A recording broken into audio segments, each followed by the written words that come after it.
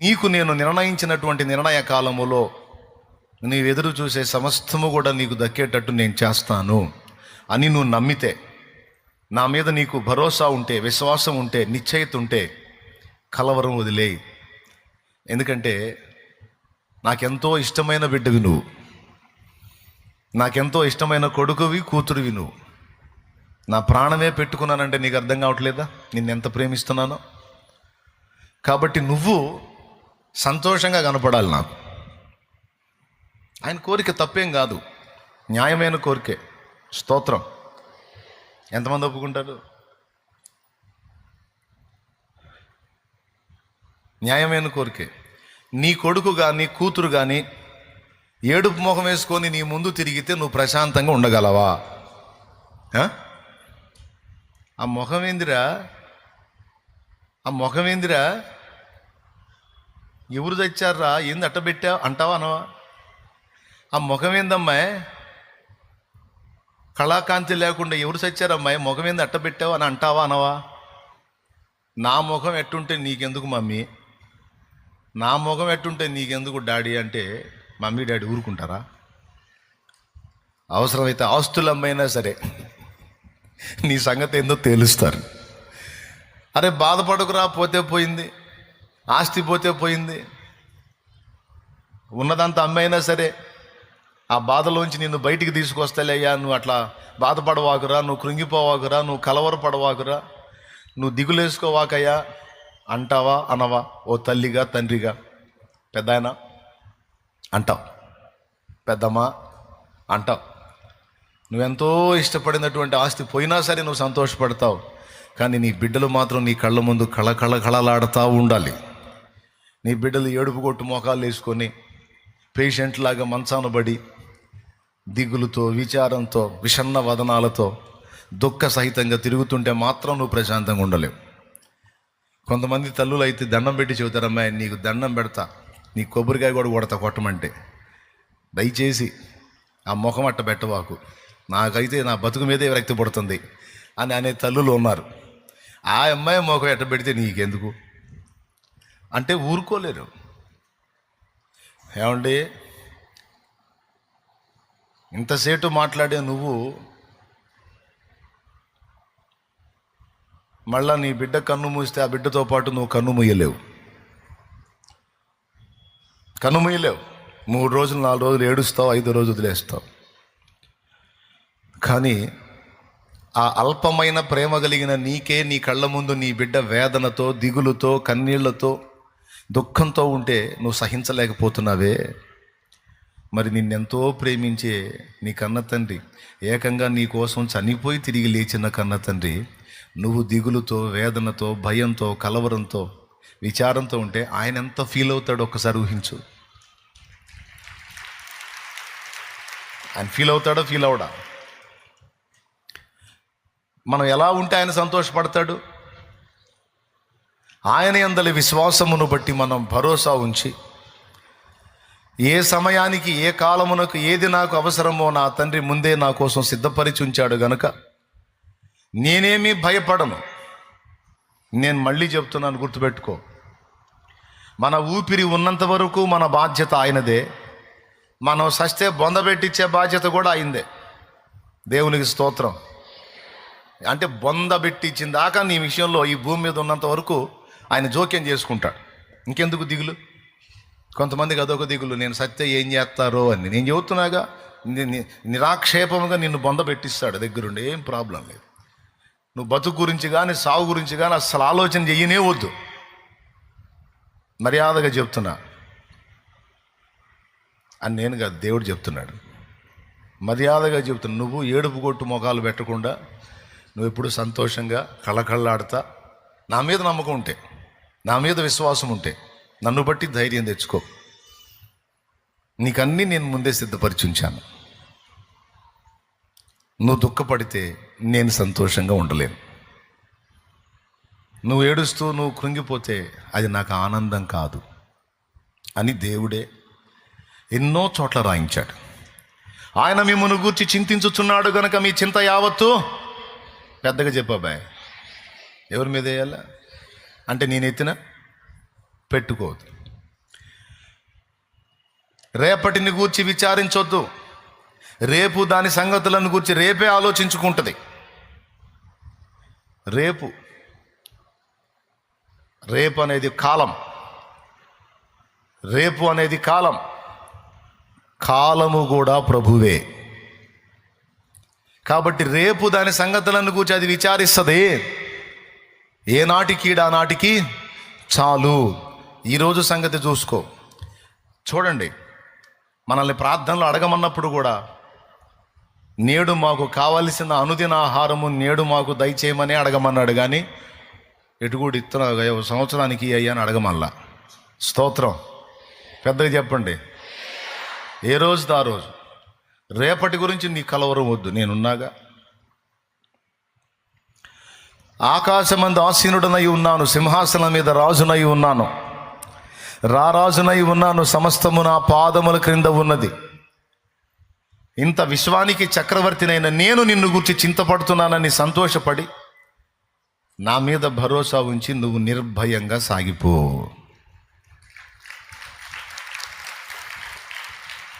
అంతటితో ఆగాడా?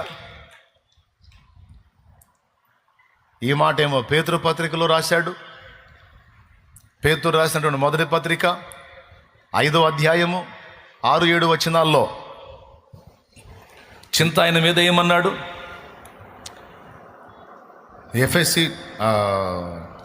ఫిలిప్పీ పత్రిక 4:4లోనేమో ఎల్లప్పుడూ ఆనందించండి అన్నాడు.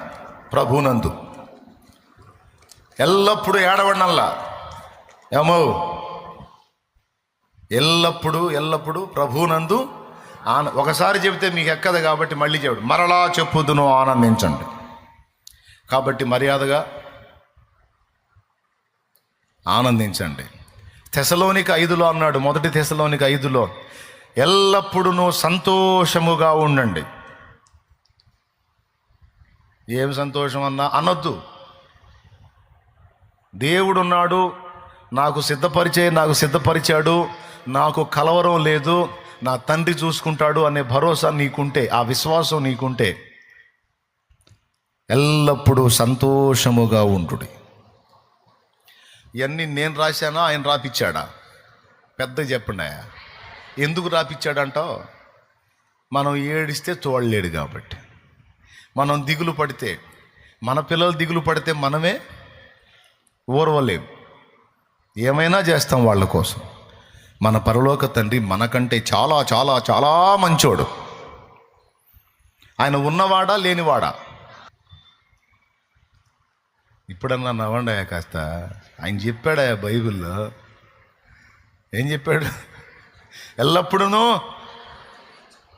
నువ్వు ఎప్పుడైతే దేవుని యందు విశ్వాసం ఉంచి సంతోషంగా ఉండటం మొదలు పెడతావో సగం రోగం అక్కడే పోయిద్ది, సగం స్వస్థత అక్కడే వచ్చిద్ది.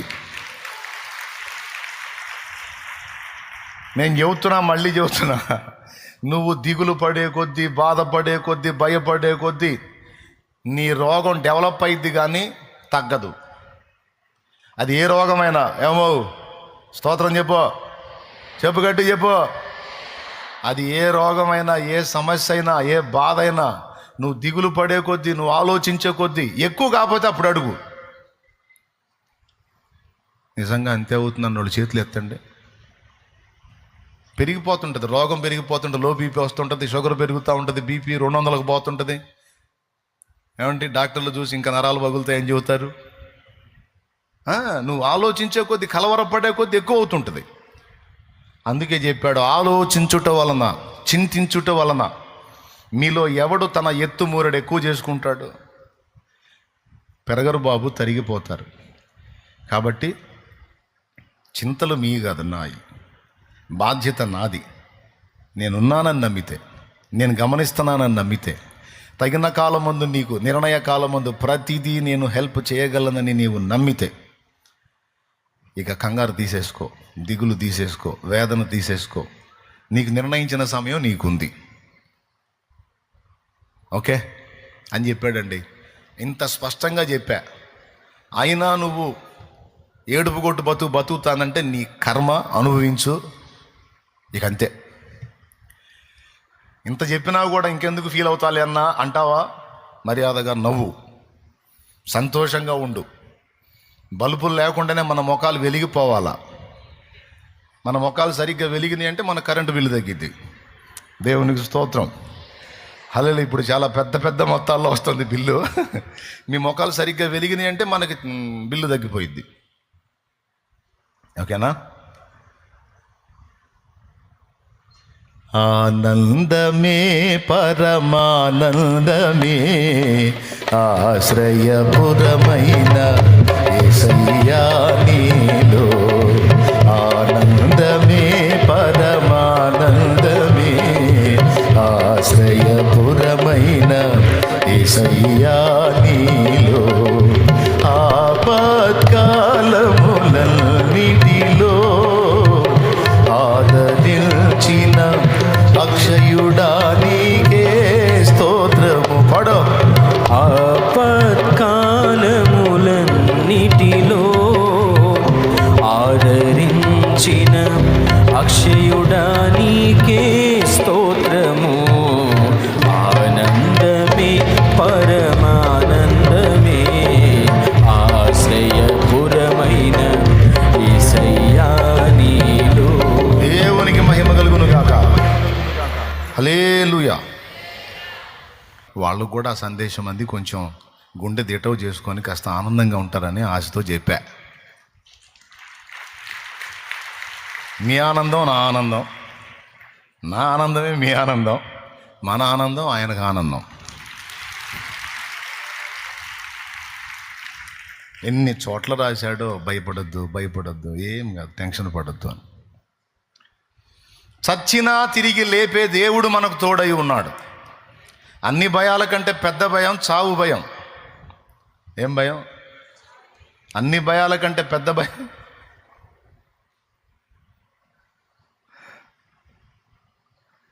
ఆ చావు భయమే మనకు లేకుండా చేశాడు ఆయన. చచ్చిపోయినా నేను తిరిగి లేపుతలే బేట, నువ్వు భయపడొద్దు. అంత బలవంతుడు మనకు తోడై ఉంటే కలవరంలో బతకటంలో అర్థం లేదు. అది అవిశ్వాసులు చేసే పని. విశ్వాసం గలవారు ఆయన యందలి ఆనందంలో ప్రశాంతంగా కొనసాగుతారు. నేను చెబుతున్నా, నా ప్రభువు చూసుకుంటాడు, నేను ఆయన విశ్వసిస్తున్నా, నాకైతే భయం లేదు, నా పిల్లలు కూర్చున్న దిగులు నాకు లేదు. ఆ సమయం వచ్చినప్పుడు వాళ్ళ లైఫ్ని నా దేవుడే సెటిల్ చేస్తాడు.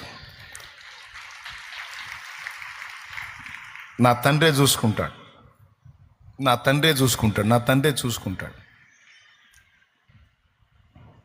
నేను ఆయనకి మొరపెడతా, ఆయన సజీవుడు అని ఆయన మీద ఆనుకొని నీవు నేను మనం వేసేటువంటి అడుగులు దేవునికి సంతోషాన్ని కలిగిస్తాయి గనుక మనం దేన్ని గూర్చి కూడా అవిశ్వాసుల్లాగా చింతపడొద్దు, దిగులు పడొద్దు, కలవరపడొద్దు. ఎవరికి నిర్ణయించిన సమయం వాళ్ళకి దేవుడిస్తాడు. అందరికీ వస్తుంది అవకాశం. కాబట్టి ఇక వాటి మీద మనం ఆలోచన తీసేసుకొని ప్రశాంతంగా ఈరోజు ఏం మాట్లాడాలని ఇష్టపడుతున్నాడో అది చూసుకొని ముగించుకుందాం సింపుల్గా. ఎంతమందికి అర్థమైంది నేను చెప్పింది? అప్పులు తీరుస్తాడా లేదా? ఆయన ఎట్ట తీరుస్తాడు? తీరే దారి చూపిస్తాడు. సో టోటల్గా ఆయనే తీరుస్తాడు. అంటే తీరే దారి చూపించేది కూడా ఆయనే కాబట్టి తీరిపోద్ది. ఏం కంగారు పడద్దు. నీ లైఫ్, నీ పిల్లల లైఫ్ సెటిల్ చేస్తాడా లేదా? విశ్వాసం ఉందిగా. కొన్ని ఆటుపోట్లు, కొన్ని ఎదురు దెబ్బలు, కొన్ని ప్రతికూలతలు నీకు వస్తుండొచ్చు. అవసరాన్ని బట్టి వస్తాయి. వాటి అవసరం అయిపోయిన తర్వాత వెళ్ళిపోతాయి. అంతే కదండి. అవసరాన్ని బట్టి వచ్చే చుట్టాలు అవసరం తీరినాక ఉంటారా? ఉండరు. అవసరాన్ని బట్టి వచ్చే సమస్యలు అంతే. ఏ అవసరాన్ని బట్టి వస్తాయో ఆ అవసరం తీరిన తర్వాత అవి ఉండమన్నా ఉండవు. ఇంకా చెప్పాలంటే రేపు యేసయ్య మనకి ఇవ్వబోయే మహిమ ముందు, ఈ భూమి మీద మనం జీవించిన జీవితం చిన్నదే. ఈ చిన్న జీవితంలో మన పడ్డ కష్టాలు కూడా అస్సలు లెక్కలోనివి కావు. అది కూడా బైబిల్లోనే ఉంది. అంత గొప్ప మహిమను మనకు అనుగ్రహింప సిద్ధపడి ఉన్నాడు గనుక ఈ అల్పకాల శ్రమలను మనం లక్ష్య పెట్టొద్దు. అవన్నీ మన మేలు కోసమే దేవుడు మన మీదికి అనుమతించేవి. అవన్నీ ఒకటొకటిగా మన మీదికి వచ్చినట్టుగా ఒకటొకటిగా మొత్తం తొలగిపోతాయి. అవసరం కోసం వచ్చిన వ్యక్తులు ఆట్టే కాలం ఉంటారా? పెద్దగా చెప్పండి. అవసరం కోసం నువ్వు ఎవరింటికైనా వెళితే వాళ్ళ ఇంట్లో పర్మనెంట్గా ఉంటావా? అవసరం తీరిన తర్వాత వెళ్ళిపోతావు. అవసరాన్ని బట్టి వచ్చే అగ్ని వంటి శ్రమలు కూడా అంతే. అవసరాన్ని బట్టి పంపిస్తాడు, వస్తాయి చుట్టాల్లాగా, నా లోలు ఉంటాయి, ఏదో విసిగిస్తాయి మనల్ని కొద్దిగా. ఆ విసుగులో మనలో ఏదో ఏర్పడాల్సినటువంటి క్వాలిటీ ఏర్పడిద్ది. ఆ క్వాలిటీ ఏర్పడ్డ తర్వాత ఆ సమస్యలు దేవుడికి వెళ్ళి చూస్తాయి. ఏ అవసరం కోసం వీని దగ్గరకు నన్ను పంపించావో వాడు రెడీ అయిపోయాడు ప్రభువా, మరి ఇక ఉండమంటావు వెళ్ళమంటావు అంటే ఇక వెళ్ళిపో అంటాడు. వెళ్ళిపో అన్నప్పుడు ఉండమన్నా ఉండదు ఆ సమస్య. అవి ఏ రూపంలో ఉన్నా, వ్యాధి రూపంలో ఉన్నా, రుణ రూపంలో, అప్పు రూపంలో ఉన్నా, ప్రయత్నాల విఫలత రూపంలో ఉన్నా, శత్రు రూపంలో ఉన్నా, ఏ విధమైన రూపంలో ఉన్నా అవసరాన్ని బట్టే వస్తుంది. అది తొలగిన తర్వాత, అవసరం తీరిన తర్వాత ఆ సమస్య ఉండమన్నా ఉండదు. స్తోత్రం. మీరు గమనించండి, శిలని శిల్పంగా మలిచేది ఎప్పుడన్నా చూశారా? శిలను శిల్పంగా మలిచేది ఎప్పుడన్నా చూశారా? సరే, చూడలేదు కదా, ఈసారి ట్రై చేయండి చూడటానికి. చూచుట కొరకు ఈ మారు ప్రయత్నము చేయుడు. ఫస్ట్ బండశిలని ఒక షేప్ గీసుకొని దాన్ని చెక్కటం మొదలు పెడతాడు. మీరు గమనించాలి, ఈ శిల్పి దగ్గర సుత్తెలు మార్పు ఉంటాయి, చెక్కే ఉలులు కూడా మార్పు ఉంటాయి. అన్నీ ఒకే పరిమాణంలో ఒకే సైజులో ఉండవు. ఫస్ట్ రఫ్ చెక్కటానికి ఒక టైపు సుత్తెను ఒక టైపు ఉలిని వాడతాడు. ఆ తర్వాత ఇంకొంచెం షేపు తీసుకోవటానికి కొంచెం సైజులు తగ్గించి సున్నితమైనవి వాడతాడు. ఆ తర్వాత ఇంకొంచెం సైజులు తగ్గించి ఇంకా సున్నితమైనవి వాడతాడు. శిల మీద శిల్పి పని చేసేటప్పుడు నిద్ర వచ్చిన వాళ్ళు స్తోత్రం చెప్దాం. బాగానే ఉంటున్నారండో, దేవునికి స్తోత్రం. బుక్ అవ్వాలా ఈసారి? చూస్తా, ఇంకోసారి ట్రై చేస్తా, బుక్ అవుతారని చూస్తా. శిల్పి దగ్గరికి మీరు వెళ్ళి చూడండి, అతడు వాడే సుత్తెలు ఉలులు అన్నీ ఒకే సైజులో ఉండవు. శిల్పం రెడీ అయ్యే కొద్దీ పెద్ద దెబ్బలు ఉండవు. సెన్సిటివ్ పాయింట్స్లో సున్నితంగా కొడతాడు. ఆకారం రెడీ అయ్యే కొద్దీ దాన్ని చాలా సున్నితంగా కొడతాడు. ఎందుకంటే పటాపట బాగాడు అనుకో, ఫర్ ఎగ్జాంపుల్ ముక్కు ఉంది, ఈ ముక్కు షేప్ చేయాలి, షేప్ చేశాడు. ఇప్పుడు ఈ బెజ్జాలు షేప్ రావాలి. అప్పుడు సున్నితమైన వస్తువు తీసుకొని చెక్కుతా ఈ రంధ్రాన్ని చేస్తాడు. అట్లా కాకుండా లావు సుత్తి తీసుకొని పెద్ద ఉలి తీసుకొని కొట్టాడు అనుకో,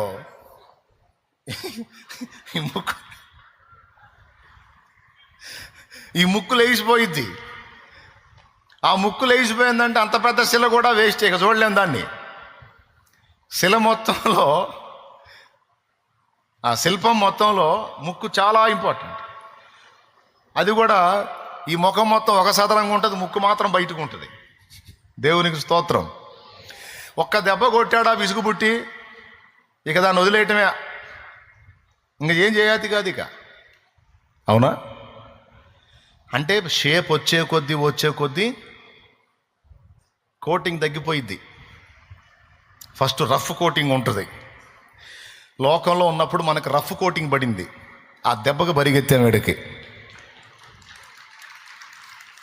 అర్థమైందా మీకు? అబ్బో, దేవునికి స్తోత్రం. లోకంలో ఉన్నప్పుడు రఫ్ కోటింగ్ పడింది, ఆ దెబ్బకు వచ్చి పడ్డాం ఇక్కడికి. ఇక్కడ పడ్డ తర్వాత ఇక రకరకాల పనిముట్లు వాడి, ఇవన్నీ ఎందుకు చెబుతున్నాను తెలుసా? అగచాట్లన్నీ ఒకేసారి ఒకే టైపులో రావు. స్తోత్రం. అగచాట్లన్నీ ఒకేసారి ఒకే టైపులో రావు. ఒక్కొక్క సందర్భానికి తగ్గది ఒక్కొక్కటి వాడతాడు. ఏం లేదండి, ఆ పరమ శిల్పకారుడు మనల్ని అందమైనటువంటి ఆకారాలుగా ఆయన పోలికలోకి చెక్కటానికే ఈ బాధలన్నీ. ఆయన షేపుని మనలోనికి తీసుకొని రావడానికే ఈ శ్రమలన్నీ. కాబట్టి ఒకప్పుడు బాగా కఠినమైన శ్రమలో నువ్వు నలిగి ఉండొచ్చు, ఇప్పుడు ఆ పరిస్థితి మారి ఇక వేరే సమస్యలు ఉంటాయి.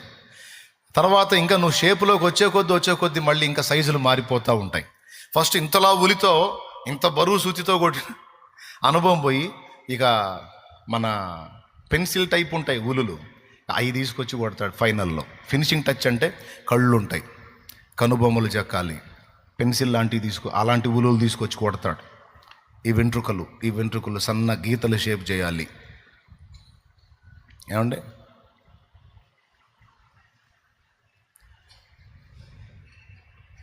ఇప్పుడు అది మొదలు పెట్టేవరా, ఎప్పుడు చూడాలా మేము? అది అయ్యేది కాదు, అందుకే టపిమని తీసేసాడు వాడు. నేను చెప్తున్నాను, ఈజీగా అర్థమైద్దని చెప్పా ఈ మ్యాటర్ కూడా. ఇదంతా ఎందుకండి?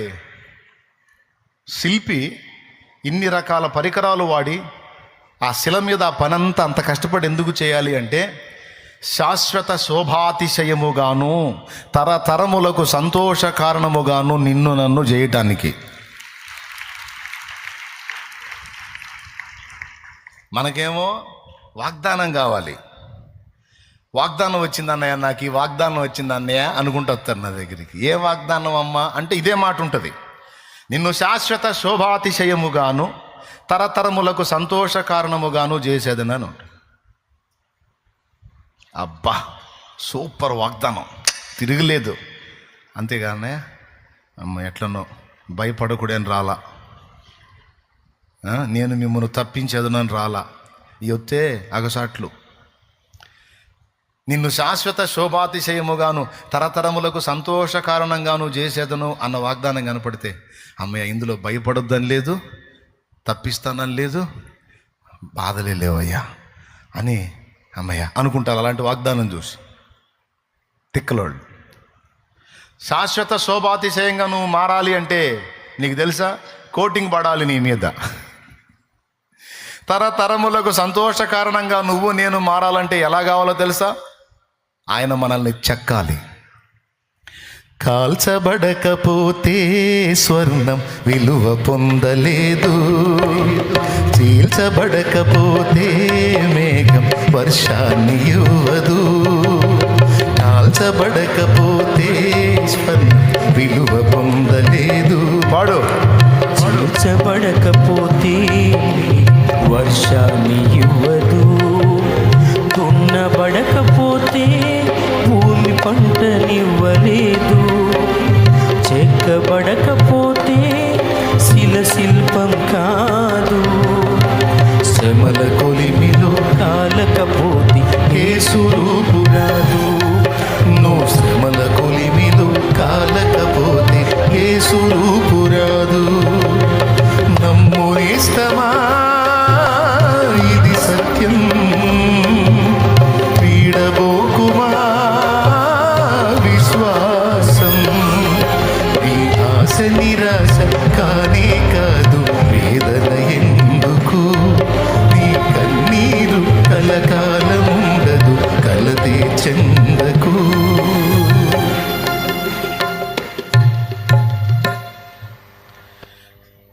ఏ వస్తువుని వాడుతున్నాడో, ఏ టైపు శ్రమను వాడుతున్నాడో ఆ శ్రమ ఆట్టే కాలం ఉండదు. దాని అవసరం తీరిపోయినాక చెప్పేది దేవుడికి, అయిపోయింది సార్, నా వల్ల జరగాల్సిన పని అయిపోయిందా, అయిపోయింది, రావాల్సిన షేపు అందులో అంతవరకు వచ్చింది, ఇక నువ్వు పక్కగా అంటాడు. అప్పుడు సడన్గా పోయింది నీ సమస్య. పోయింది. తర్వాత మళ్ళా నెక్స్ట్ షేప్కి కావాల్సింది ఏదో అది ఎంటర్ అయింది మళ్ళీ. టోటల్గా ఇప్పుడు మాకు నువ్వు అగసాట్లు అనేవి కొనసాగుతాయి అని చెబుతున్నావు. అదే షేప్ వచ్చిన దాకా తప్పదుగా.